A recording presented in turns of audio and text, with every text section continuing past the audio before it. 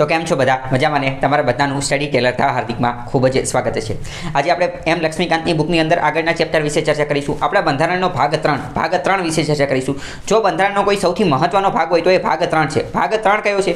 તો ભાગ 3 છે ફંડામેન્ટલ રાઇટ। ફંડામેન્ટલ રાઇટ એટલે શું? એટલે એફઆર એટલે કે મૂળભૂત અધિકારો જેને હિન્દીમાં મૌલિક કર્તવ્ય મૌલિક અધિકાર કહે છે। શું કહેવામાં આવે? મૌલિક અધિકાર અથવા તો મૂળભૂત અધિકાર ફંડામેન્ટલ રાઇટ એ આપણે જોઈશું। એ બંધારણનો સૌથી મહત્વનો ભાગ છે। કેમ? કારણ કે એમાં ભારતના બધા નાગરિકોને કયા કયા અધિકારો મળશે એ આપેલું છે। ભારતના નાગરિકોને કયા કયા અધિકારો મળશે એ આપેલું છે। આપણા બંધારણ નિર્માતાઓ જ્યારે ભારતનું બંધારણ બનાવી રહ્યા હતા અથવા તો જ્યારે આપણે આઝાદ થયા ન હતા, આપણે અંગ્રેજોના ગુલામ હતા, ત્યારે આપણા જે ફ્રીડમ ફાઇટર્સ સ્વતંત્ર સેનાનીઓ હતા એ બધા એવું વિચારેલું હતું કે આપણે ભારતને આવું બનાવશું, ઓલું બનાવશું, ભારતનું શાસન આવી રીતે કરીશું। ત્યારે એમને એવું પણ વિચારેલું હતું કે આપણે ભારતના નાગરિકોને આઝાદી પછી કેવા પ્રકારના અધિકારો આપીશું। તો એ અધિકારો જે છે એ અહીંયા ભાગ 3 ની અંદર આપેલા છે, ભારતના બંધારણના ભાગ 3 ની અંદર। અને એમાં અનુચ્છેદ કયા કયા છે એ આપણે જોઈએ। પહેલા તો ભાગ 3 એટલે કે પાર્ટ 3 અને અનુચ્છેદની વાત કરીએ તો અનુચ્છેદ એમાં 12 થી 35 સુધી છે। 12 થી 35 સુધીના અનુચ્છેદમાં ભાગ 3 ની અંદર ફંડામેન્ટલ રાઇટ મૂળભૂત અધિકારો આપેલા છે। અને મૂળભૂત અધિકારો જે છે એ અતિ મહત્વના શા માટે છે? તો આ અતિ મહત્વના છે એની પાછળનું કોઈ એક કારણ જોઈએ તો આની ગેરંટી આપે છે। આપણે કોઈ વસ્તુની કેમ ગેરંટી આપે? ગેરંટી આપે મતલબ કે જો બગડી જાય તો આપણે બદલાવી શકીએ, એવી રીતે આ મૂળભૂત અધિકારોની પણ ગેરંટી છે। એટલે આમાં બદલાવી ન શકાય, પરંતુ જો આપણા મૂળભૂત અધિકારોનું ઉલ્લંઘન થાય, જો આપણા મૂળભૂત અધિકારોનું વાયોલેશન થાય, વાયોલેશન એટલે કે ઉલ્લંઘન થાય, તો આપણે તાત્કાલિક તે સુપ્રીમ કોર્ટમાં પહોંચી જઈએ। સુપ્રીમ કોર્ટમાં જઈ અને કહેવી કે મારો આ મૂળભૂત અધિકાર જે છે આનું ઉલ્લંઘન થઈ ગયું, તાત્કાલિક મને આ મારો મૂળભૂત અધિકાર અપાવડાવો, બરાબર? એટલે આ જે મૂળભૂત અધિકારો ભાગ 3માં 12 થી 35 માં આપેલા છે એ અતિ મહત્વના છે। કેમ? કારણ કે એની ગેરંટી આપેલી છે। ગેરંટી કોણે આપી છે? બંધારણે આપેલી છે। અને બંધારણમાં એમ કીધું છે કે જો આનું ઉલ્લંઘન થશે તો તમે તાત્કાલિક અનુચ્છેદ 32 નો ઉપયોગ કરી અને ક્યાં પહોંચી શકશો? સુપ્રીમ કોર્ટની અંદર પહોંચી શકશો। સુપ્રીમ કોર્ટની અંદર પહોંચી શકશો, બરાબર? હવે વાત કરીએ કે ભારતે આ મૂળભૂત અધિકારો ક્યાંથી બોરો કરેલા છે, ક્યાંથી ઉધાર લીધેલા છે? તો આપણે અમેરિકાના બંધારણ પાસેથી આ વિચાર લીધેલો છે કે બંધારણની અંદર મૂળભૂત અધિકારો હોવા જોઈએ। ભારતની અંદરના જે મૂળભૂત અધિકારો જે છે એ વિસ્તૃત રીતે અને વ્યાપક રીતે આપેલા છે, ઇલેબોરેટ છે, કોમ્પ્રિહેન્સિવ છે, વ્યાપક છે। જ્યારે વિશ્વના બીજા બધા બંધારણની અંદર જે મૂળભૂત અધિકારો આપેલા છે એ બધા ટૂંકમાં સમજાવેલા છે, બરાબર? ટૂંકમાં। જ્યારે ભારતની અંદર મેં તમને આપણે આની પહેલાં પણ વાત કરેલી હતી કે ભારતનું બંધારણ નિર્માતાઓ જે હતા એ બધા વકીલ લોકો હતા, વકીલ લોકો। અને એમ ભારત વાત કરીએ તો ભારત ભૂતકાળની અંદર જોઈએ તો આપણે અંદર નિરક્ષરતાનું પ્રમાણ વધારે હતું અને સાક્ષરતાનું પ્રમાણ ઓછું હતું। એટલે કે તો નિરક્ષરતાનું પ્રમાણ ને એ બધું વધુ હતું, બરાબર? એટલે કે અભણ લોકોને એ બધું વધારે હતું, ગરીબીને એ બધું વધારે હતું। એટલે બંધારણ નિર્માતાઓને ખબર હતી કે જો આપણે ટૂંકમાં પતાવી દઈશું, એક લીટીમાં બંધારણની અંદર લખી નાખશું, એક લીટીમાં બધું ટૂંકમાં લખીશું, તો એવું બની શકશે કે ભવિષ્યમાં જે છે આની અંદર અમુક પ્રકારની ખામી રહી જશે, અમુક પ્રકારના આની અંદર જે લૂપ હોલ આપેલા છે એનો વકીલ લોકો જે છે એ ગેરઉપયોગ કરશે અને આનો મિસયુઝ કરશે, આનો દુરુપયોગ કરશે। એટલે તે બંધારણની અંદર તે બધું કેવું કરી નાખ્યું? કોમ્પ્રિહેન્સિવ અને એલેબોરેટ, બધું તાત્કાલિક ડિટેલમાં લખી નાખ્યું, વિગતવાર લખી નાખ્યું। શું? બધું વિગતવાર લખવાનું કાર્ય કર્યું। અને એટલે તે ભારતનું બંધારણની અંદર જે ભાગ 3 જે છે એને ભારતની અંદર મેગ્ના કાર્ટા કહેવામાં આવે છે। શું કહેવામાં આવે છે? મેગ્ના કાર્ટા। પ્રશ્ન પૂછાઈ જાય કે ભારતના બંધારણના કયા ભાગને મેગ્ના કાર્ટા કહે છે? તો ભાગ 3 ને। એવું પૂછે કે કયા ભાગને? તો કે ફંડામેન્ટલ રાઇટ મૂળભૂત અધિકારોને મેગ્ના કાર્ટા કહે છે। ભાગ 3 12 થી 35 નંબરનો અનુચ્છેદ। મેગ્ના કાર્ટા શા માટે કહે છે એ આપણે સમજીએ। મેગ્ના કાર્ટાનો મતલબ થાય વિશાળ પરિવર્તન। જ્યારે કોઈ વસ્તુની અંદર વિશાળ પરિવર્તન આવે તો એને મેગ્ના કાર્ટા કહેવાય। સૌ પ્રથમ વખત મેગ્ના કાર્ટા શબ્દનો ક્યાં ઉપયોગ થયેલો હતો? તો સૌ પ્રથમ વખત મેગ્ના કાર્ટાનો ઉપયોગ બ્રિટનની અંદર થયેલો હતો। બ્રિટનના જે રાજા હતા, તો બ્રિટનમાં પહેલા કેવું હતું? બ્રિટનના રાજા પાસે અનલિમિટેડ રાઇટ્સ હતા, અનલિમિટેડ રાઇટ એટલે કે અદ્ભુત અધિકાર હતા, અનલિમિટેડ।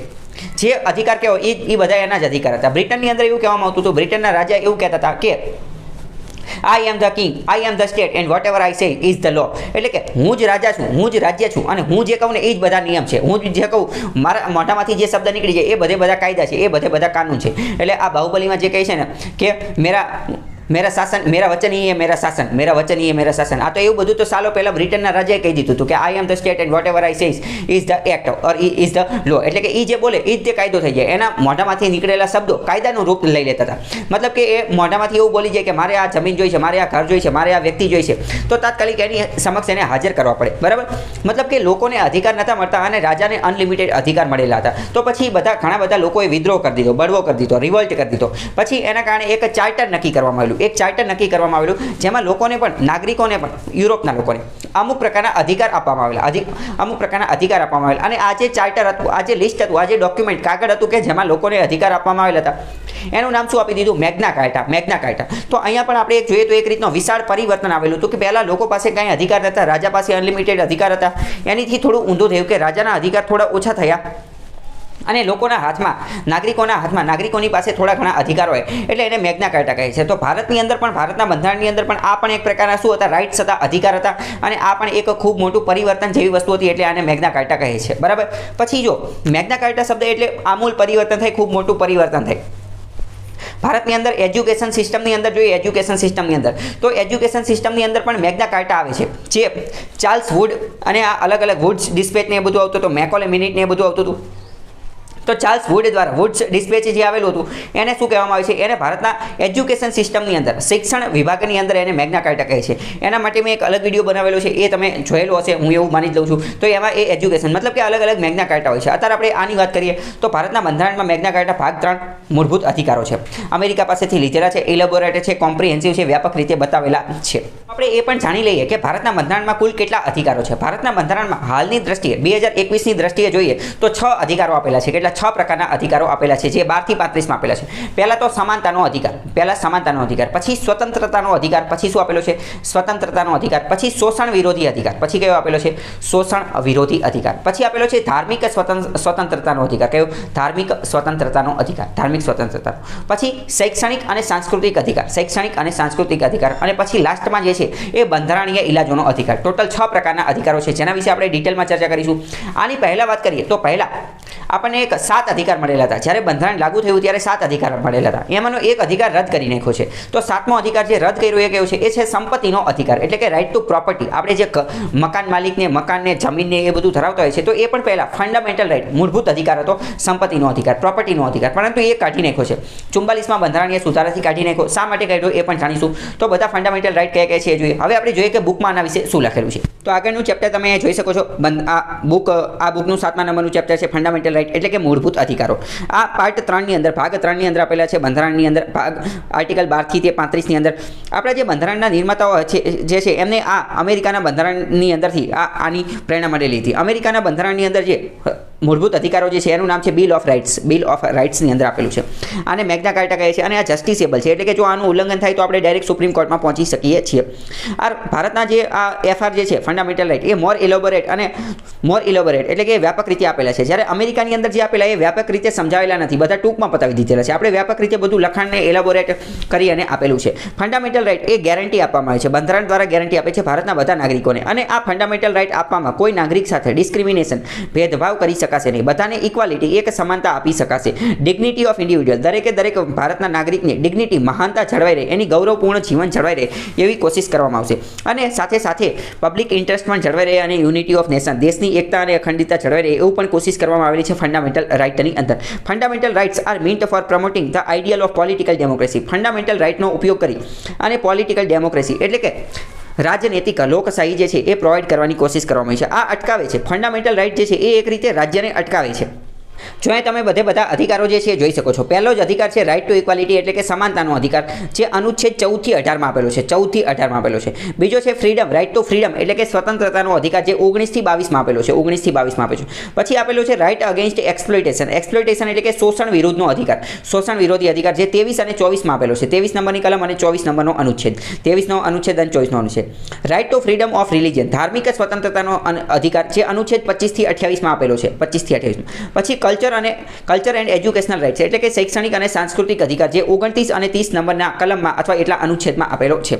હવે બીજી એક હું સ્પષ્ટતા કરી દઉં. જો હું અમુક વાર કલમ કહીશ અને અમુક વાર અનુચ્છેદ કહીશ, આ બે એક જ વસ્તુના અલગ અલગ નામ છે. હકીકતમાં એનું મૂળ નામ કહીએ તો એને અનુચ્છેદ જ કહેવાય. બંધારણમાં જે આપેલા હોય એને અનુચ્છેદ કહેવાય, પરંતુ અમુક વાર હું કલમ પણ બોલી જઈશ, બરાબર, અથવા આર્ટિકલ બોલીશ. તો ત્રણેય એક જ વસ્તુના અલગ અલગ નામ છે, અનુચ્છેદ, આર્ટિકલ અને કલમ, બરાબર.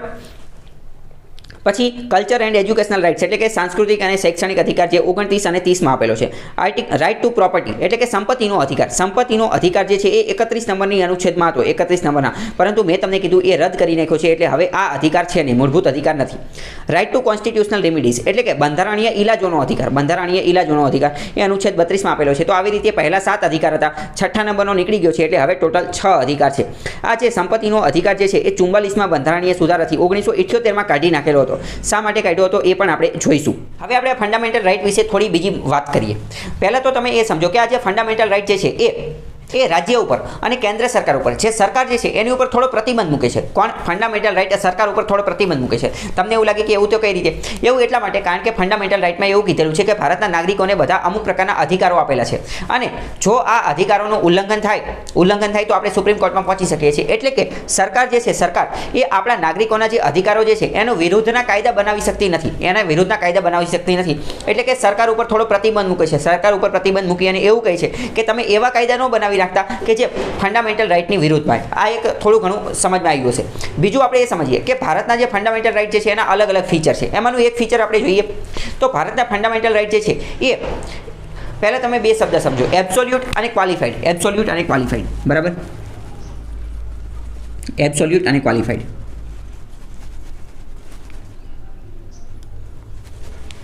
એબ્સોલ્યુટનો મતલબ શું? એબ્સોલ્યુટનો મતલબ કે દરેક પરિસ્થિતિમાં ચાલુ રહેવાવાળું, દરેક પરિસ્થિતિમાં ચાલુ રહેવાવાળું. ક્વોલિફાઈડનો મતલબ શું? ક્વોલિફાઈડનો મતલબ અમુક પરિસ્થિતિમાં તે ચાલુ રહેવાવાળું. તો ભારતના બંધારણના જે ફંડામેન્ટલ રાઇટ, મૂળભૂત અધિકારો જે છે એ એબ્સોલ્યુટ નથી, પરંતુ ક્વોલિફાઈડ છે. એટલે કે ભારતના આપણને જે ફંડામેન્ટલ રાઇટ મળેલા છે એ દરેક સમયે ચાલુ રહી શકે નહીં. અમુક સમયે એને રદ પણ કરી શકાય છે, અમુક સમયે એ રદ પણ થઈ જાય, ઓટોમેટિક રદ થઈ જાય. એટલે કે એબ્સોલ્યુટ નથી, પરંતુ ક્વોલિફાઈડ છે. અને આપણને જે ફંડામેન્ટલ રાઇટ, મૂળભૂત અધિકારો મળેલા છે એ કંઈ અનલિમિટેડ નથી, પરંતુ એ લિમિટેડ છે. આપણને જે અધિકારો મળેલા એને આપણે ઓકાતમાં રહીને ઉપયોગ કરવાનો. એની ઉપર થોડી રિસ્ટ્રિક્શન, પ્રતિબંધ પણ મૂકવામાં આવેલો છે. થોડીક રિસ્ટ્રિક્શન, જેને નામ આપેલું છે રિઝનેબલ રિસ્ટ્રિક્શન, જેને શું કહેવાય? RR, રિઝનેબલ રિસ્ટ્રિક્શન, જેને ગુજરાતીમાં કહેવાય વાજબી નિયંત્રણો. શું? વાજબી નિયંત્રણો. આપણને આ પ્રકારના ફંડામેન્ટલ રાઇટ, મૂળભૂત અધિકારો આપેલા છે, પરંતુ એની ઉપર થોડાક રિઝનેબલ રિસ્ટ્રિક્શન, વાજબી નિયંત્રણો પણ મૂકેલા છે. અને બીજું કે આપણા જે ફંડામેન્ટલ રાઇટ જે છે એ એબ્સોલ્યુટ, દરેક પરિસ્થિતિમાં ચાલુ રહે એવા નથી, પરંતુ ક્વોલિફાઈડ છે. અમુક પ્રકારની પરિસ્થિતિમાં રદ પણ થઈ જાય. જેમ કે કટોકટી, ઇમરજન્સી જેવી પરિસ્થિતિ લગાવી દીધી હોય દેશમાં અથવા દેશમાં ઇમરજન્સી જેવી પરિસ્થિતિ લગાવી હોય, યુદ્ધ જેવો માહોલ હોય, આવી કોઈ પરિસ્થિતિ હોય તો આપણા ફંડામેન્ટલ રાઇટ રદ પણ થઈ જાય છે, બરાબર? એટલે કે એબ્સોલ્યુટ નથી, ક્વોલિફાઈડ છે. અને બધા જે ફંડામેન્ટલ રાઇટ, મૂળભૂત અધિકારો એ અનલિમિટેડ નથી. એની ઉપર અમુક પ્રકારના રિઝનેબલ રિસ્ટ્રિક્શન એટલે કે વાજબી નિયંત્રણો છે. બધા એક પછી એક જોઈએ. હવે આપણે આજે આપણા ફંડામેન્ટલ રાઇટ, મૂળભૂત અધિકારો જે છે એના થોડા લક્ષણો સમજવાની કોશિશ કરીએ કે એના ફીચર કયા છે. મેઇન્સમાં એવો પ્રશ્ન પૂછે છે કે ભારતના બંધારણના ફંડામેન્ટલ રાઇટ, મૂળભૂત અધિકારો, એના ફીચર, એના લક્ષણો કયા છે. તો પહેલાં તો આની ગેરંટી આપેલી છે બંધારણે. બીજું, આમાં બે પ્રકારના અધિકારો છે. અમુક એવા અધિકારો છે કે જે માત્ર ભારતના નાગરિકોને જ મળે છે, જ્યારે અમુક એવા અધિકારો છે કે જે બધા જ વ્યક્તિઓને મળે છે, દરેક વ્યક્તિને. વ્યક્તિનો મતલબ શું? એમાં નાગરિક પણ આવી ગયો, વિદેશી વ્યક્તિ પણ આવી ગયો અને લીગલ પર્સન પણ આવી ગયો, બધા વ્યક્તિ આવી ગયા. અમુક અધિકાર કેવા છે જે માત્ર નાગરિકને મળે, અમુક અધિકાર એવા છે કે જે વ્યક્તિને મળે. તો વ્યક્તિમાં તો બધા આવી ગયા, નાગરિકે આવી ગયો અને જે નો નાગરિકો એ આવી ગયો, એટલે કે ફોરેનર આવી ગયો, વિદેશી પણ આવી ગયો. પછી બીજું જો આપેલું છે કે ભારતના આ જે અધિકારો જે છે, ફંડામેન્ટલ રાઇટ્સ, મૂળભૂત અધિકારો એ એબ્સોલ્યુટ નથી, પરંતુ ક્વોલિફાઈડ છે. એબ્સોલ્યુટ એટલે દરેક સમયે ચાલુ ન રહે, અમુક સમય બંધ પણ થઈ જાય, ક્વોલિફાઈડ છે. ધ સ્ટેટ કેન, રાજ્ય જે છે એ એની ઉપર રિઝનેબલ રિસ્ટ્રિક્શન, વાજબી નિયંત્રણો મૂકી શકે છે. હાવેવર, તેમ છતાં પણ, whether such restriction are reasonable or not, રાજ્ય આપણા બંધારણીય અધિકારો ઉપર અમુક પ્રકારનું રિસ્ટ્રિક્શન, પ્રતિબંધ મૂકી શકે છે, પરંતુ આ જે પ્રતિબંધ જે છે અથવા આ જે પ્રતિબંધ જે છે, નિયંત્રણ જે છે એ વાજબી છે કે નહીં એ ચેક કરવામાં આવશે. એ ચેક કોણ કરશે? એ કોર્ટ કરશે, ન્યાયાલય ચેક કરશે. થસ તે સ્ટ્રાઇક અ બેલેન્સ, મતલબ કે કોર્ટ જે છે એ બેલેન્સ બનાવી અને ચાલશે. કોની વચ્ચે? તો કે આ જે લિબર્ટી, સ્વતંત્રતાની વચ્ચે અને આ જે રાજ્ય જે કંટ્રોલ કરે છે એ બધાની વચ્ચે બેલેન્સ બનાવીને ચાલશે. All of them R available against arbitration action of state. રાજ્ય આપણી ઉપર આપ ખુદ શાહી ન બની શકે, આપ ખુદ શાહી શાસન ન લાવી દે અને દરેક વ્યક્તિની સ્વતંત્રતા જળવાઈ રહે એની માટેની ગેરંટી જે છે આ બંધારણ આપે છે. તેમ છતાં પણ અમુક એવા અધિકારો છે જે પ્રાઇવેટ વ્યક્તિઓની વિરોધમાં પણ આપણને મળે છે. અમુક અધિકારો એવા છે જે રાજ્ય સામે મળે, અમુક અધિકારો એવા છે કે જે પ્રાઇવેટ લોકો સામે પણ મળે છે. પછી અમુક અધિકારો એવા છે કે જે કેરેક્ટરની અંદર નેગેટિવ છે, અમુક અધિકારો કેવા છે જે નેગેટિવ છે, અમુક એવા છે જે પોઝિટિવ છે. That is place limitation on the authority of state. અમુક એવા અધિકારો છે કે જે રાજ્ય ઉપર નકારાત્મક પ્રભાવ પાડે છે, વાઇલ અધર્સ અમુક એવા છે કે જે રાજ્ય ઉપર હકારાત્મક પ્રભાવ પાડે છે અને વ્યક્તિઓને અમુક પ્રકારનો પ્રિવિલેજ, સ્પેશિયલ અધિકાર, સ્પેશિયલ રાઇટ્સ આપે છે. અને આ બધા અધિકારો જસ્ટિસેબલ છે, એટલે કે જો રદ થઈ જાય તો આપણે કોર્ટમાં એને પડકારી શકીએ છીએ કે એ ડાયરેક્ટ તે કોર્ટમાં જઈ શકે છે જ્યારે એનું વાયોલેશન થાય ત્યારે. તે are defended and guaranteed by the supreme court, એની ગેરંટી આપે છે. તેથી આ કોઈ વ્યક્તિ જે છે એના ઉલ્લંઘન થાય તો સુપ્રીમ કોર્ટમાં અથવા હાઈકોર્ટમાં કોઈ પણ કોર્ટમાં એ જઈ શકે છે. There are no sacrosanct or permanent. આ જે અધિકારો જે છે એ પરમેનન્ટ છે એવું નથી. પરમેનન્ટ એટલે કે હંમેશા અત્યારે મળી ગયા તો હંમેશા મળશે તેવું જરૂરી નથી. ગમે ત્યારે રદ પણ થઈ જાય. તમે એમ કે હું ન માનું તો અત્યારે તો આપણે જોયું કે પહેલાં સંપત્તિનો અધિકાર હતો, રાઇટ ટુ પ્રોપર્ટી હતો, પરંતુ હવે નથી. 44માં બંધારણીય સુધારાથી રદ થઈ ગયો. મતલબ કે બધા અધિકારો પરમેનન્ટ નથી, એને રદ પણ કરી શકાય છે. પાર્લામેન્ટ, સંસદ કોઈ પણ અધિકાર જે છે કર્ટેલ રદ કરી શકે છે અથવા એનો નાશ કરી શકે છે અને એમાં ફેરફાર પણ કરી શકે છે. પ્રશ્ન એવો પૂછાઈ જાય કે શું કોઈ પણ બંધારણીય અધિકાર છે આ ભાગ 3માં મૂળભૂત અધિકાર આપેલા છે એને રદ કરી શકાય? તો કે હા, રદ કરી શકાય છે. એક રદ કરી પણ નાખો. શું એમાં ફેરફાર કરી શકાય છે? તો હા, એમાં ફેરફાર પણ કરી શકાય છે. હા, એમાં ફેરફાર પણ કરી શકાય છે. અને આ ફેરફાર કરવાનું એ બધું કાર્ય કોણ કરે? એ કાર્ય કરે સંસદ. સંસદ. પરંતુ આવું બધું કરવા માટે બંધારણમાં સુધારો કરવો પડે. બરાબર. અને આ ખૂબ બહુ લાંબી બહેસ ચાલેલી હતી સરકારની વચ્ચે, એટલે કે સંસદની વચ્ચે અને સુપ્રીમ કોર્ટની વચ્ચે. અને પછી તો મતલબ કે સંસદ જે છે એ કેટલી હદે બંધારણની અંદર સુધારા કરી શકે, અનલિમિટેડ કે લિમિટેડ. તો આવા કેસની આવી બાબતની અંદર સુપ્રીમ કોર્ટે એક લેન્ડમાર્ક જજમેન્ટ આપી દીધું અને એમ કીધું, સુપ્રીમ કોર્ટે પાર્લામેન્ટ સંસદને એમ કહી દીધું કે તમારા બંધારણમાં જેટલો સુધારો કરવો હોય એટલો કરી નાખજો, તમને જે મજા આવે એની સુધારો કરવાનો. પરંતુ બંધારણની અંદર એવો સુધારો ન કરી નાખતા જેના કારણે બેઝિક સ્ટ્રક્ચર ઓફ કોન્સ્ટિટ્યુશન, બંધારણનું મૂળભૂત ઢાંચું જે છે, મૂળભૂત ઢાંચું એમાં કોઈ ફેરફાર થઈ જાય. મૂળભૂત ઢાંચું જે છે એ નાશ ન થવું જોઈએ. તો સરકારે પૂછ્યું કે મૂળભૂત ઢાંચું કોને નક્કી કરવાનું, બેઝિક સ્ટ્રક્ચર કોને માનવાનું? તો સુપ્રીમ કોર્ટે કીધું એ હું નક્કી કરીશ. એ તમે મને અહીં પૂછી જાજો, હું તમને કહું એ બેઝિક સ્ટ્રક્ચરમાં અત્યારે હું તમને કહું છું કે આટલી વસ્તુ છે, બરાબર, એમાં આગળ જતાં પણ હું એડ કરીશ. એવું કોણે કીધું? સુપ્રીમ કોર્ટે. જેમ કે લોકશાહી જળવાવી જોઈએ, આ જે સેક્યુલર એટલે કે બિન સાંપ્રદાયિકતા એ બધું જળવાઈ રહેવું જોઈએ. અમુક વસ્તુ કીધી કે આ બધી વસ્તુ જળવાઈ રહેવી જોઈએ. ઓકે, આ પણ આપણે ડિટેલમાં સ્ટડી કરીશું કે બેઝિક સ્ટ્રક્ચર શું છે. 11મા નંબરનું ચેપ્ટર છે, તો અત્યારે વાત નહીં કરીએ. પછી વાત કરીએ કે આ જે મૂળભૂત અધિકારો જે છે એ રાષ્ટ્રીય કટોકટી દરમિયાન એને સસ્પેન્ડ કરી શકાય છે અને રદ કરી શકાય છે. પરંતુ 20મા નંબર અને 21મા નંબર અંતર્ગત જે અધિકાર આપવામાં આવેલો છે એ રાષ્ટ્રીય કટોકટી દરમિયાન પણ સસ્પેન્ડ થશે નહીં, ત્યારે પણ રદ નહીં કરી શકાય. તો આ તમે યાદ રાખી લેજો કે 20 અને 21 નંબરનો અનુચ્છેદ કટોકટી દરમિયાન પણ રદ થશે નહીં. પછી 19 નંબર અંતર્ગત, 19 અનુચ્છેદ અંતર્ગત 6 પ્રકારના અધિકારો આપવામાં આવેલા છે. એ માત્ર અને માત્ર જ્યારે વોર એટલે કે યુદ્ધ અથવા એક્સટર્નલ એગ્રેશન એટલે કે બાહ્ય યુદ્ધના કારણે, બાહ્ય આક્રમણના કારણે જ્યારે ઇમરજન્સી કટોકટી લાગેલી હશે ત્યારે જ 19 નંબરનો અનુચ્છેદ જે છે એ અટકાવી શકાશે, ત્યારે એ સસ્પેન્ડ રદ કરી શકાશે. બાકી ક્યારેય કરી શકાશે નહીં, નહીં કરી શકાય. જો તો આ 8મા નંબરનો પોઈન્ટ, એમાંથી ઘણા બધા પોઈન્ટ બની શકે એમ છે. પ્રશ્ન એવો પૂછાઈ જાય કે ઇમરજન્સી દરમિયાન બધા અધિકારો રદ થઈ જાય છે, તો ખોટી વાત. ઇમરજન્સી દરમિયાન બધા નથી થતા. 20 અને 21 નંબરના રદ થતા નથી. બીજું, જ્યારે ઇમરજન્સી જે છે એ વોર અથવા એક્સટર્નલ એગ્રેશન, યુદ્ધ અથવા બાહ્ય આક્રમણના કારણે લાગેલી હોય ત્યારે 19 નંબરનો અનુચ્છેદ જે છે એ પણ રદ થઈ જાય છે. અને આના કારણે ન લાગેલી હોય તો 19 નંબરનો અનુચ્છેદ રદ થતો નથી. ઓકે, ઇન્ટરનલ ઇમરજન્સી, આંતરિક ઇમરજન્સી લાગેલી હોય તો 19 નંબરનો જે છે એ રદ થતો નથી. આ બધી વસ્તુ પણ આપણે ડિટેલમાં સ્ટડી કરશું જ્યારે ઇમરજન્સી સ્ટડી કરશું ત્યારે. બરાબર. આપણે ફંડામેન્ટલ રાઇટની અંદર પહેલો અધિકાર જે છે એ સમજવાની કોશિશ કરીએ. પહેલો જે આર્ટિકલ જે છે એ જોઈએ. પહેલો આર્ટિકલ કયો છે? અનુચ્છેદ 12, આર્ટિકલ 12, અનુચ્છેદ 12. અનુચ્છેદ 12 શું કહે છે? અનુચ્છેદ 12 ની અંદર વ્યાખ્યા આપવામાં આવેલી છે. કોની વ્યાખ્યા આપેલી છે? સ્ટેટની વ્યાખ્યા આપેલી છે, એટલે કે રાજ્યની વ્યાખ્યા આપેલી છે. તમને એવું લાગે રાજ્યની વ્યાખ્યા આપવાની શું જરૂર? રાજ્ય એટલે શું? તો કે 28 રાજ્ય જે છે એ બધા રાજ્ય, પરંતુ એવું નથી. કેમ? કારણ કે અનુચ્છેદ 12 ની અંદર, આર્ટિકલ 12 ની અંદર રાજ્યની વ્યાખ્યા ખૂબ વિશાળ આપવામાં આવેલી છે. આજે 28 રાજ્ય જે છે, 28 રાજ્ય, ગુજરાત ને, મહારાષ્ટ્ર ને, તેલંગાણા, ઓલિન પેલુન, આ બધા રાજ્ય જે છે એ તો રાખવામાં આવેલા છે. એની સિવાય પણ અલગ અલગ ચીજને, અલગ અલગ વસ્તુઓને રાજ્યનો દરજ્જો આપવામાં આવેલો છે. કયો એ આપણે જોઈએ. તો અનુચ્છેદ 12માં પહેલા તો શું કીધેલું છે? રાજ્યની વ્યાખ્યા આપવામાં આવેલી છે. અને એવું કીધેલું છે કે અનુચ્છેદ 12માં જે રાજ્યની વ્યાખ્યા અપાયેલી છે એ ફંડામેન્ટલ રાઇટમાં મૂળભૂત અધિકારોની અંદર તમે જ્યારે વાંચતા હો મૂળભૂત અધિકાર, અને અહીંયા કોઈ પણ જગ્યાએ રાજ્ય શબ્દ આવી જાય એટલે સમજવાનું કે અનુચ્છેદ 12માં જે રાજ્યની વ્યાખ્યા આપેલી છે એ તમારે માનવાની. બરાબર. તો અનુચ્છેદ 12માં, આર્ટિકલ 12માં રાજ્યની વ્યાખ્યા શું આપેલી છે એ હું તમને કહી દઉં. પહેલા તો 28 રાજ્ય છે એ તો તમને ખ્યાલ જ હશે, પરંતુ એની સિવાય પણ અમુક વસ્તુને રાજ્યનો દરજ્જો આપવામાં આવેલો છે. કોને એ જોઈએ. તો પહેલા તો કેન્દ્ર સરકાર જે છે એને પણ રાજ્ય માનવામાં આવશે. કેન્દ્ર સરકાર જે છે એને પણ રાજ્ય માનવામાં આવશે. જેટલા પણ લોકસભા, રાજ્યસભા, આ જે સંસદ જે છે, સંસદ અને રાજ્યની વિધાનસભા, રાજ્યની વિધાન પરિષદ, આ બધાને પણ રાજ્ય ગણવામાં આવશે. એટલે કે જે લેજિસ્લેટિવ જે છે લેજિસ્લેટિવ ધારાસભા ધારો બનાવવાનું જ્યાં પણ કાર્ય થતું હશે, જે કોઈ પણ જગ્યાએ કાયદો બનાવવાનું કાર્ય થતું હશે, કાયદો બનાવવાનું કાર્ય જ્યાં પણ જે કોઈ પણ જગ્યાએ થતું હશે એ બધાને શું ગણવામાં આવશે? એ બધાને રાજ્ય ગણવામાં આવશે. એટલે કે કેન્દ્ર સરકાર, રાજ્ય સરકાર એટલે કે લોકસભા, રાજ્યસભા, વિધાનસભા, વિધાન પરિષદ આ બધાને પણ રાજ્ય ગણવામાં આવશે. આ બધાને પણ શું રાજ્ય ગણવામાં આવશે. સાથે સાથે PRI Panchayati Raj institution, PRI Panchayati Raj institution એટલે કે પંચાયતી રાજ સંસ્થાઓ, એની અંદર ગ્રામ પંચાયત ને તાલુકા પંચાયત ને જિલ્લા પંચાયત આને પણ રાજ્ય ગણવામાં આવશે. આને પણ રાજ્ય ગણવામાં આવશે. બરાબર. તો આવા લેવલવાળો પ્રશ્ન પૂછાઈ જાય કે ભારતના બંધારણના અનુચ્છેદ 12 અનુસાર રાજ્ય કોને ગણવામાં આવેલું છે અને નીચે અલગ અલગ વસ્તુ આપેલી હોય અને આવા ઓપ્શન આપેલો હોય કે પંચાયતી રાજ સંસ્થાઓને, વિધાનસભાને, વિધાન પરિષદને, તો તમને વાંચીને એવું લાગે કે આને રાજ્ય ક્યારે બનાવી દીધા. પરંતુ આ અનુચ્છેદ 12 ની વાત કરે છે. અનુચ્છેદ 12 ડિટેલમાં વાંચેલો હોય તો આવડે, બાકી આવડે નહીં. બરાબર. તો અનુચ્છેદ 12માં રાજ્યની વ્યાખ્યા કેવી આપેલી છે? વિશાળ આપેલી છે.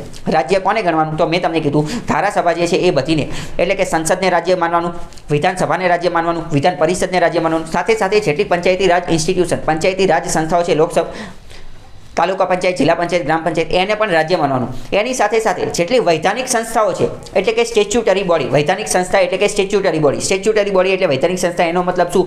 એનો મતલબ એવી સંસ્થા કે જે ભારતના સંસદની અંદર કાયદો બનાવી અને કાયદો પસાર થઈ અને બનેલી હોય. કાયદો પસાર થઈ અને હકીકતમાં તો કાયદો પસાર થાય નહીં, ખરડો પસાર થાય. જ્યારે ખરડો પસાર થઈ જાય પછી એક કાયદો બને, ખરડો પસાર થાય પછી એક કાયદો બને. ખરડો એટલે કે બિલ, બિલ પસાર થઈ અને એક્ટ બને. બિલ કઈ રીતે પસાર થાય? તો પહેલા તો જે છે એ લોકસભામાંથી અથવા રાજ્યસભામાંથી પસાર થાય. પહેલા લોકસભામાં પસાર થાય, તો પછી રાજ્યસભામાં પસાર થાય અને પછી રાષ્ટ્રપતિ એની ઉપર સહી કરે. રાષ્ટ્રપતિ એની ઉપર સહી કરે ત્યારે એ કાયદો બને છે. ત્યારે શું બને છે? એ કાયદો બને છે. એટલે પહેલા બિલ હોય પછી એક્ટ બને. બરાબર. તો આ એક્ટના આધારે કોઈ સંસ્થા બનાવવામાં આવેલી હોય તો એને સ્ટેચ્યુટરી બોડી, વૈધાનિક સંસ્થા કહેવાય. તો આ બધી વૈધાનિક સંસ્થાઓ જે છે એ પણ શું કહેવાશે? એ પણ કહેવાશે રાજ્ય. એ પણ રાજ્યની વ્યાખ્યામાં આવશે. પછી જેટલી પણ સરકારી કંપની છે, જેટલી પણ સરકારી કંપની જેમ કે ONGC, LIC આવી જે કંપની છે, SAIL steel authority of India, આ બધી સરકારી કંપની જે છે એને પણ રાજ્ય ગણવામાં આવશે. આ બધી વસ્તુને રાજ્ય ગણવામાં આવશે. એટલે કે એક રીતે રાજ્યની ખૂબ વિશાળ પ્રમાણમાં વ્યાખ્યા આપેલી છે.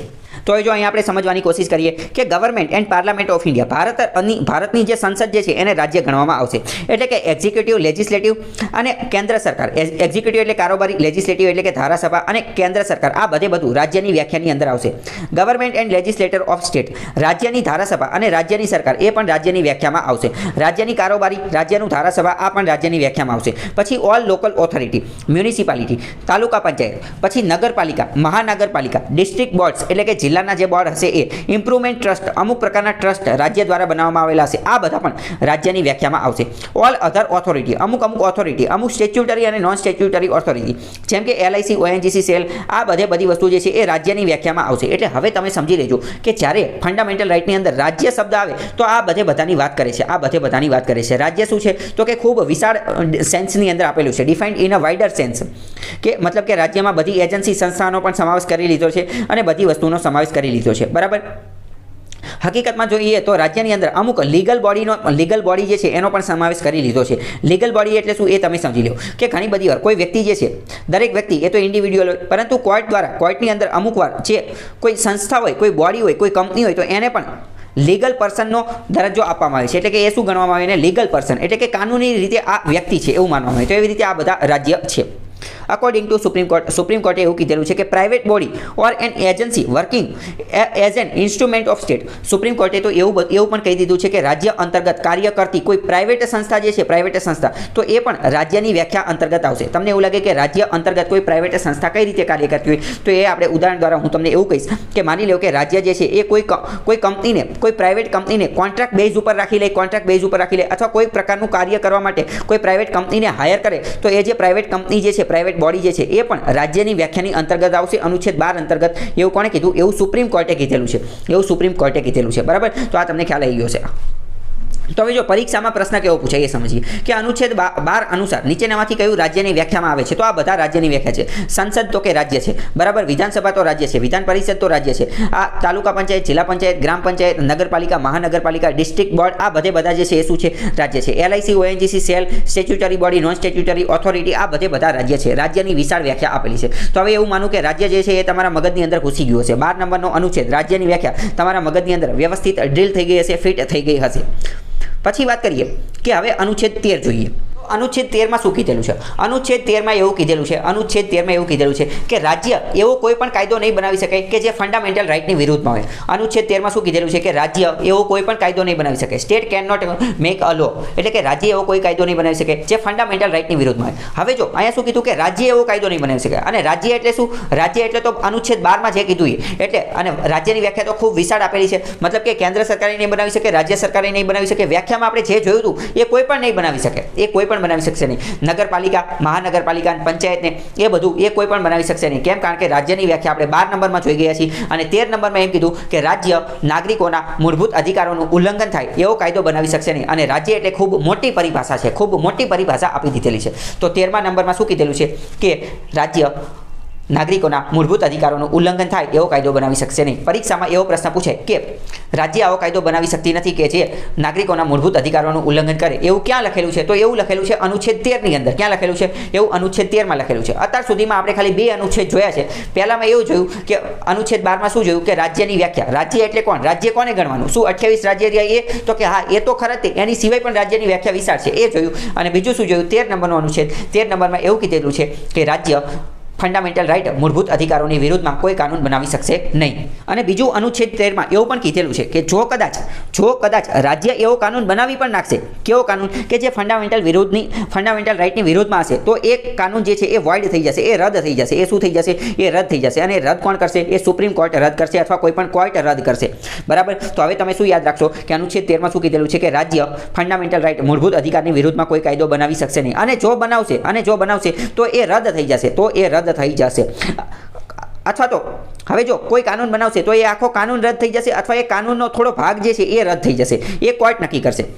અને જો કોઈ રાજ્યે આવો કાનૂન બનાવી નાખેલો છે તો એની વિરુદ્ધમાં વ્યક્તિ જે છે એ વ્યક્તિ કોર્ટમાં જઈ શકશે, કોર્ટમાં રીટ કરી શકશે. અનુચ્છેદ 32 અનુસાર સુપ્રીમ કોર્ટમાં જઈ શકશે, અને અનુચ્છેદ 226 અંતર્ગત હાઈકોર્ટમાં જઈ શકશે. અનુચ્છેદ 32 અંતર્ગત ક્યાં? સુપ્રીમ કોર્ટમાં, અને અનુચ્છેદ 226 અંતર્ગત હાઈકોર્ટમાં જઈ શકશે. જઈ અને અહીંયા ફરિયાદ કરશે, રીટ કરશે. શું ફરિયાદ કરશે? કે રાજ્યએ એવો કાયદો બનાવી નાખ્યો છે કે જેના કારણે મારા ફંડામેન્ટલ રાઇટનું ઉલ્લંઘન થાય છે.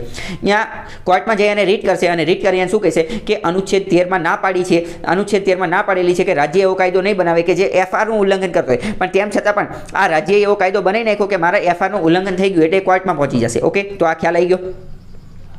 હવે આગળ વાત કરીએ.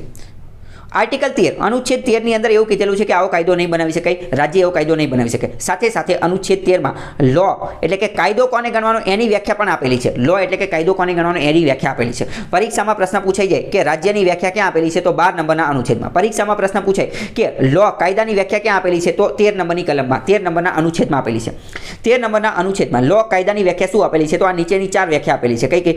પહેલી વસ્તુ, કાયદો કોને ગણવાનો? તો કે પરમેનન્ટ લો ઇનેક્ટેડ બાય પાર્લામેન્ટ, સંસદ દ્વારા અથવા રાજ્યની વિધાનસભા દ્વારા જે કાયમી કાયદો બનાવવામાં આવે, કાયમી નિયમો બનાવવામાં આવે, એને લો કાયદો ગણવામાં આવશે. બીજું, ટેમ્પરરી લો, અમુક કાયમી કામચલાઉ કાયદા હશે, કામચલાઉ કાયદા જેમ કે ઓર્ડિનન્સ, વટહુકમ હશે, તો એને પણ શું ગણવામાં આવશે? એને પણ લો એટલે કે કાયદો ગણવામાં આવશે. રાષ્ટ્રપતિ દ્વારા અને ગવર્નર, રાજ્યપાલ દ્વારા જે ઇસ્યુ કરવામાં આવશે ઓર્ડિનન્સ, વટહુકમ, તો એને પણ લો એટલે કે કાયદો ગણવામાં આવશે. પછી સ્ટેચ્યુટરી ઇન્સ્ટ્રુમેન્ટ્સ, સ્ટેચ્યુટરી એટલે કે વૈધાનિક સૂચનાઓ જેમ કે ડેલિગેશન, લેજિસ્લેશન, એક્ઝિક્યુટિવ લેજિસ્લેશન, ધારાસભા દ્વારા જે નિયમો બનાવવામાં આવે, કારોબારી દ્વારા જે નિયમો, ઓર્ડર રજૂ કરવામાં આવે, બાય લો રજૂ કરવામાં, રૂલ નિયમ બનાવવામાં આવે, રેગ્યુલેશન અમુક પ્રકારના નિયંત્રણ માટેની સંસ્થા રજૂ કરવામાં, નોટિફિકેશન જાહેરાત કરવામાં આવે, તો આ બધી વસ્તુ પણ લો અંતર્ગત આવશે. બીજી વાત કરીએ, non legislative source of law, that is custom, અમુક પ્રકારની પરંપરા હશે, અથવા અમુક પ્રકારની જે કાયદો ઓલરેડી જ હશે, અમુક પ્રકારની પરંપરા હશે, તો આ બધી વસ્તુને પણ કાયદો માનવામાં આવશે. આ બધી વસ્તુને પણ શું કાયદો માનવામાં આવશે?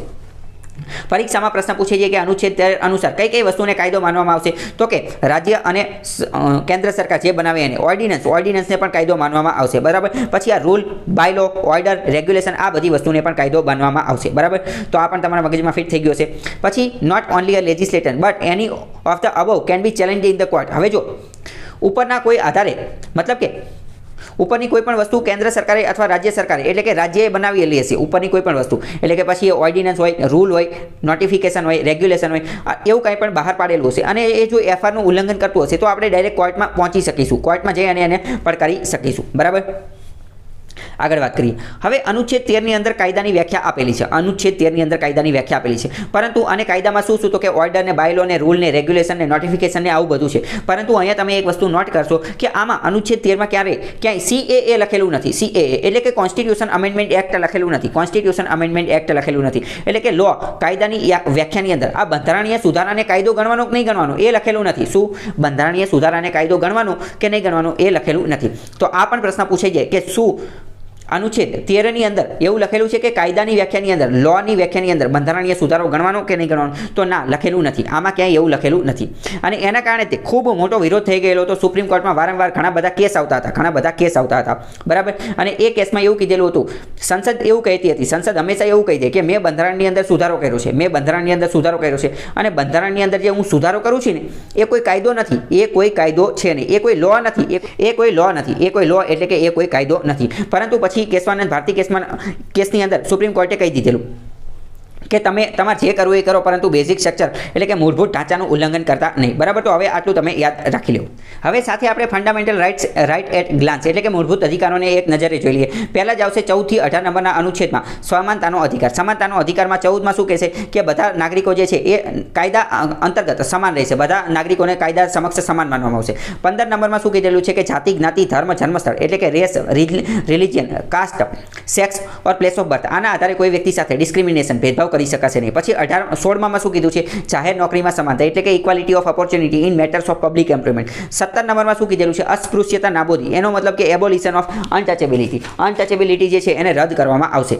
પછી 18 નંબરનો અનુચ્છેદ જોઈએ તો 18 નંબરમાં અનુચ્છેદમાં કીધેલું છે ખિતાબ નાબૂદી એટલે કે એબોલિશન ઓફ ટાઇટલ્સ. પછી બીજા નંબરનો અધિકાર જે છે એ સ્વતંત્રતાનો અધિકાર જે 19 થી 22 માં આપેલો છે. 19 ને અંતર્ગત તે 6 અધિકાર આપવામાં આવ્યો છે. બોલવાનો અધિકાર એટલે કે સ્પીચનો અધિકાર, એક્સપ્રેશન અભિવ્યક્તિનો અધિકાર, એસેમ્બલી સંગઠન બનાવવાનો અધિકાર, એસોસિએશન એટલે કે સંગઠન બનાવવાનો અધિકાર, એસેમ્બલી એટલે ભેગા થવાનો અધિકાર, મૂવમેન્ટ એટલે કે હરવા ફરવાનો અધિકાર, રેસિડેન્ટ વસવાટનો અધિકાર, પ્રોફેશન એટલે કે ધંધો વ્યવસાય કરવાનો અધિકાર એ 19 માં આપેલો છે.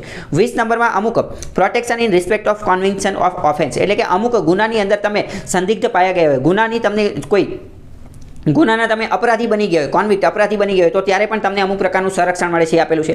21 નંબરમાં right to live life with dignity એટલે કે જીવન જીવવાનો અધિકાર, ગૌરવપૂર્ણ જીવન જીવવાનો અધિકાર. 21A માં શિક્ષણનો અધિકાર એટલે કે પ્રાથમિક શિક્ષણ મફતમાં મળશે એ અધિકાર. 22 નંબરમાં શું કીધું કે પ્રોટેક્શન અગેન્સ્ટ અરેસ્ટ, ધરપકડ વિરુદ્ધનો અધિકાર અને ડિટેન્શન કોઈ આપણી અટકાયત કરેલી હોય ત્યારે અમુક અધિકાર મળે. 23 નંબરમાં શું કીધું કે પ્રોહિબિશન ઓફ હ્યુમન ટ્રાફિકિંગ એટલે કે માનવ તસ્કરી કરી શકાશે નહીં, માનવની વેચણી એ બધું નહીં કરી શકાય. ફોર્સ્ડ લેબર, વેઠ પ્રથા એ બધું રદ કરવામાં આવશે. 24 નંબરમાં શું કીધું તો કે પ્રોહિબિશન ઓફ એમ્પ્લોયમેન્ટ, બાળ મજૂરી અટકાવતો અધિકાર. 25 થી 28માં ધાર્મિક સ્વતંત્રતાનો અધિકાર. એમાં શું કીધેલું? 25માં એવું કીધેલું છે કે ભારતનો દરેક વ્યક્તિ એના અંતરાત્માની અંદર જે ધર્મ સારો લાગતો હશે એ ધર્મ માની શકશે. 26માં શું કીધું કે એ પોતાના ધર્મની અંદર જે નિયમો આવતા હશે એને મેનેજ કરી શકશે. 27માં શું કીધું કે ધાર્મિક બાબતોમાં જે કોઈ પણ વસ્તુ હશે, ધાર્મિક વસ્તુની સાથે સંબંધિત એના પ્રમોશનમાં જે કોઈ પણ પેમેન્ટ થશે તો એમાં ઇન્કમ ટેક્સ લાગશે નહીં, પછી 28માં શું લખેલું છે? 28માં એવું લખેલું છે કે માઇનોરિટી એજ્યુકેશનલ ઇન્સ્ટિટ્યુશન હશે, અમુક શૈક્ષણિક સંસ્થાઓ હશે તો એ શૈક્ષણિક સંસ્થાઓની અંદર ધર્મ બાબતે જો શિક્ષણ આપવામાં આવતું હશે તો એમાં વ્યક્તિ સ્વતંત્ર રહેશે કે એમાં એને હાજરી આપી છે કે નથી આપી.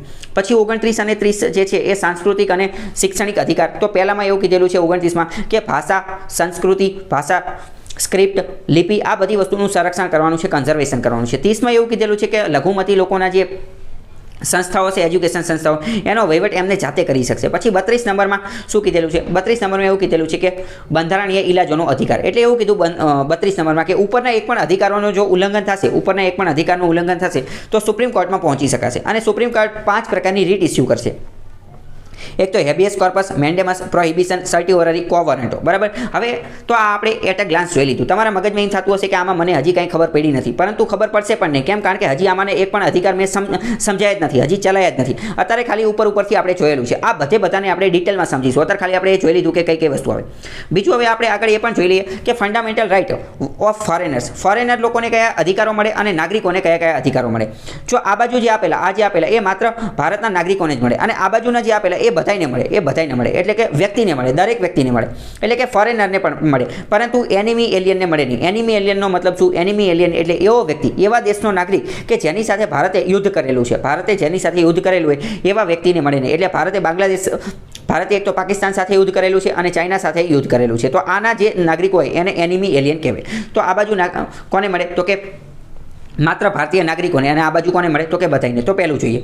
પહેલાં તો 15 નંબરની અનુચ્છેદ અનુસાર 15 નંબરની કલમ શું કહે છે કે જાતિ, જ્ઞાતિ, ધર્મ, જન્મસ્થળ આના આધારે કોઈ સાથે ભેદભાવ કરી શકાશે નહીં. એટલે કે religion, race, caste, sex or place of birth આના આધારે ડિસ્ક્રિમિનેશન, ભેદભાવ નહીં કરી શકાય. તો એ બધાને આ લાગુ પડશે, બધાને લાગુ પડશે. પછી 16 નંબરનો અનુચ્છેદ એ પણ બધાને મળશે. 16 એક મિનિટ, આ જે છે એ માત્ર નાગરિકોને જ મળશે. 15 નંબરનો જે છે એ માત્ર કોને મળશે? નાગરિકોને જ મળશે. એટલે કે ધર્મ, જાતિ, જ્ઞાતિ આના આધારે ભેદભાવ નહીં કરી શકાય. તો એ કોને મળશે? માત્ર નાગરિકોને મળશે. 16 નંબરમાં શું કીધું છે? જાહેર નોકરીમાં સમાનતા, equality of opportunity in matter of public employment. જાહેર નોકરીમાં સમાનતા એ માત્ર ભારતના નાગરિકોને મળશે. પછી 19 નંબર અંતર્ગત જે 6 પ્રકારની સ્વતંત્રતા આપવામાં આવેલી છે: બોલવાની સ્વતંત્રતા, અભિવ્યક્તિની સ્વતંત્રતા, ભેગા થવાની સ્વતંત્રતા, સંગઠન બનાવવાની સ્વતંત્રતા, હરવા ફરવાની સ્વતંત્રતા, વસવાટની સ્વતંત્રતા અને ધંધા વ્યવસાયની સ્વતંત્રતા, એ બધી પણ માત્ર ભારતના નાગરિકને મળશે, બીજાને મળશે નહીં. 21 નંબરમાં જીવન જીવવાનો અધિકાર એ ભારતના નાગરિકને મળશે અને બંનેને મળશે, એ ભારતના નાગરિકને મળશે. પછી રાઇટ ઓફ માઇનોરિટીઝ એટલે કે જે લઘુમતી લોકોના અધિકાર આપવામાં આવેલા છે, એમને શૈક્ષણિક અધિકાર, તો એ પણ માત્ર ભારતના નાગરિકને મળશે. બરાબર, આટલી વસ્તુ કોને મળશે? તો કે ભારતના નાગરિકને મળશે. હવે આપણે જોઈએ કે જે વિદેશને પણ મળે એ જોઈ લઈએ. સાથે સાથે વિદેશના નાગરિકને કઈ કઈ ચીજ મળશે. એક મિનિટ. તો જે 14 નંબરનો અધિકાર કે કાયદા સમક્ષ બધા લોકો સમાન રહેશે, કાયદા સમક્ષ બધા લોકો સમાન રહેશે, એ કોને મળશે? એ વિદેશી નાગરિકોને પણ મળી જશે. એટલે કે અનુચ્છેદ 14 ભારતના નાગરિકો અને વિદેશના નાગરિકો બંનેને મળશે, એ બંનેને મળશે. પછી 20 નંબરનો જોઈએ. 20 નંબરનો તો એ પ્રોટેક્શન, 20 નંબરનો એ વિદેશી નાગરિકોને પણ મળશે, વિદેશી નાગરિકોને પણ મળશે. 20 નંબરનો શું કહે છે? તો કે પ્રોટેક્શન ઇન રિસ્પેક્ટ ઓફ કોન્વિક્શન. અમુક ગુનાઓની અંદર, ઓફેન્સની અંદર જો તમે અપરાધી સાબિત થઈ ગયેલા છો, કોન્વિક્ટ સાબિત થઈ ગયેલા છો, તો તમને અમુક પ્રકારનું પ્રોટેક્શન, સંરક્ષણ મળશે. તો એ વિદેશી લોકોને પણ મળશે, પરંતુ એલિયન લોકોને નહીં મળે. 21 નંબરનો અનુચ્છેદ પણ મળશે. એટલે કે ગૌરવપૂર્ણ જીવન જીવવાનો અધિકાર એ વિદેશી લોકોને પણ મળશે, ફોરેનરને પણ મળશે. 21 એ અંતર્ગત જે પ્રાથમિક શિક્ષણ મેળવવાનો અધિકાર જે છે એ વિદેશી લોકોને પણ મળશે, ફોરેનરને પણ મળશે. Protection against arrest and detention 22 અંતર્ગત, અનુચ્છેદ 22 અંતર્ગત ધરપકડમાં જે સંરક્ષણ આપવામાં આવે, અટકાયતમાં જે સંરક્ષણ આપવામાં આવે, એ વિદેશી લોકોને પણ મળશે. અનુચ્છેદ 23 અંતર્ગત જોઈએ તો prohibition of traffic in human being, તો એ અધિકાર વિદેશી લોકોને પણ મળશે. પછી 24 નંબરનો બાળ મજૂરી અટકાવવાનો જે છે એ પણ કોને મળશે? એ પણ વિદેશી લોકોને પણ મળશે. 25 નંબરનો ધાર્મિક સ્વતંત્રતાનો અધિકાર પણ મળશે. પછી 26 નંબરનો ધાર્મિક સ્વતંત્રતાનો 27, 28 આ બધા જે ધાર્મિક સ્વતંત્રતાના અધિકાર જે છે એ બધા એમને પણ મળશે. હવે આપણે આ બે પ્રશ્નની ટેસ્ટ લઈ અને જોઈ લઈએ કે અત્યાર સુધી તમને જે સમજ્યા એ તમને કંઈ આવડ્યું છે, મગજમાં ઉતર્યું છે કે નથી ઉતર્યું.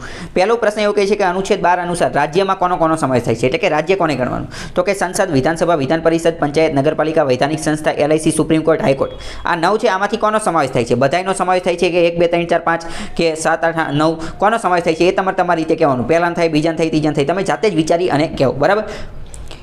બીજો પ્રશ્ન જે છે એ જોઈએ. તો બીજો પ્રશ્ન એવું કહે છે કે અનુચ્છેદ 13 અનુસાર કાયદા, લોની વ્યાખ્યામાં કોનો સમાવેશ થાય છે? પહેલું તો કેન્દ્રએ બનાવેલા કાયમી કાયદા, બીજું રાજ્યએ બનાવેલા કામચલાઉ કાયદા, ઓર્ડર કે જે આદેશ આપેલો એ, વટહુકમ એટલે કે જે ઓર્ડિનન્સ હોય અને જે નોટિફિકેશન હોય એ. તો તમારે કહેવાનું પહેલાનો થાય, બીજાનો થાય, ત્રીજાનો, ચોથાનો, પાંચમાનો કે બધાયનો થાય, એ તમારે કહેવાનું છે.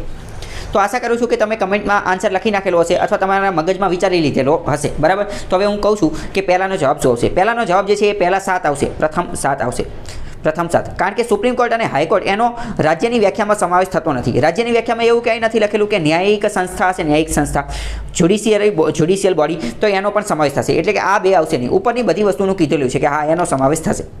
બીજામાં વાત કરીએ કાયદાની વ્યાખ્યામાં, તો કાયદાની વ્યાખ્યામાં બધાનો સમાવેશ થઈ જશે, બધાનો વ્યાખ્યામાં સમાવેશ થશે. બરાબર. તો ખ્યાલ આવી ગયો. આવી રીતના પ્રશ્ન પૂછાઈ શકે જેથી તમને અંદાજ આવે કે આવા પ્રશ્ન પૂછાય. બરાબર.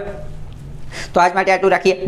હવે આવતીકાલે જે છે એ આપણે ડિટેલમાં બધા એક કરી અને બધા ફંડામેન્ટલ રાઇટ, મૂળભૂત અધિકારો જે છે એ સ્ટાર્ટ કરીશું. આવતીકાલે હવે આપણે સ્ટાર્ટ કરીશું કયો? તો કે સમાનતાનો અધિકાર છે, અનુચ્છેદ જે છે એ 14 નંબરની કલમ જે છે 14 નંબરનો એ વાત કરીશું સમાનતાના અધિકારથી. બીજો કંઈ પ્રશ્ન હોય તો કમેન્ટમાં લખો.